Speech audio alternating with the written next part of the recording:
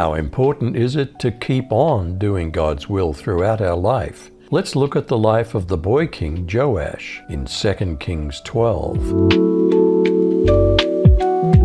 Did Joash, or Jehoash, start out doing what was right in the eyes of the Lord? Did the length of his reign indicate God's overall approval? Was his biggest failure not removing the popular high places of pagan worship? In the 7th year of Jehu, Jehoash became king, and he reigned 40 years in Jerusalem, and his mother's name was Zibiah of Beersheba. And Jehoash did what was right in the sight of Yahweh all his days, in which Jehoiada the priest instructed him. Only the high places were not taken away. The people still sacrificed and burned incense on the high places. Did Joash notice disrepair in the temple and begin to make plans to fix the problem? Had the priests mismanaged funds?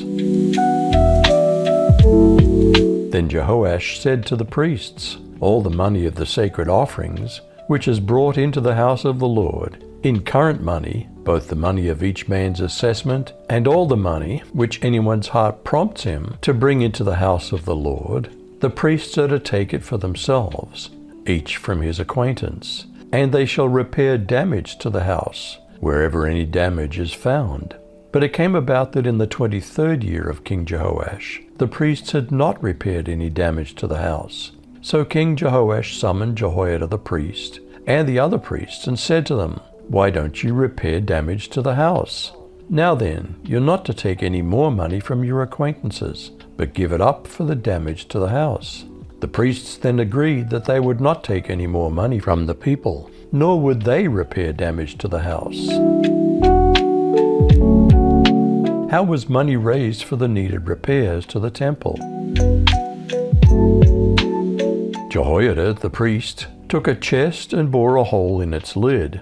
He placed it beside the altar, on the right side as one enters the temple of the Lord. The priests who guarded the entrance put into the chest all the money that was brought to the temple of the Lord. Whenever they saw that there was a large amount of money in the chest, the royal secretary and the high priest came, counted the money that had been brought into the temple of the Lord, and put it into bags. When the amount had been determined, they gave the money to the men appointed to supervise the work on the temple. With it they paid those who worked on the temple of the Lord, the carpenters and builders, the masons and stone cutters. They purchased timber and blocks of dressed stone for the repair of the temple of the Lord, and met all the other expenses of restoring the temple. How faithful were the workmen who repaired the house of the Lord! However, there were not made for the house of the Lord basins of silver, trimmers, sprinkling bowls, trumpets, any articles of gold or articles of silver from the money brought into the house of the Lord. But they gave that to the workmen, and they repaired the house of the Lord with it. Moreover, they didn't require an account from the men into whose hand they delivered the money to be paid to workmen, for they dealt faithfully. The money from the trespass offerings and the money from the sin offerings was not brought into the house of the Lord. It belonged to the priests. Instead of seeking God's guidance, how did Joash persuade King Hazael of Aram, or Syria, to call off an attack on Jerusalem? About this time, King Hazael of Aram went to war against Gath and captured it.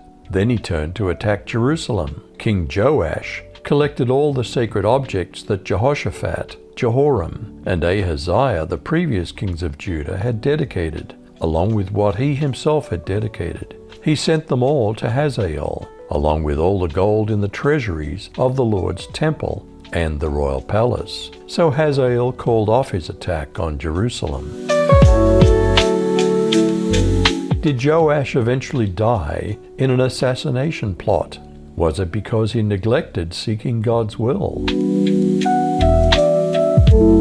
Now the rest of the acts of Joash and all that he did, aren't they written in the book of the Chronicles of the kings of Judah? His servants arose and made a conspiracy and struck Joash at the house of Millo, on the way that goes down to Silla. For Josachar the son of Shimeath and Jehozabad the son of Shomer, his servants, struck him, and he died, and they buried him with his fathers in David's city. And Amaziah his son reigned in his place.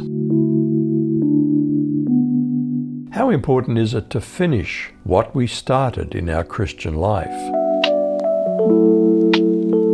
Let's not get tired of doing good, because in time we'll have a harvest if we don't give up. How important is it to keep on doing God's will throughout our life? You decide.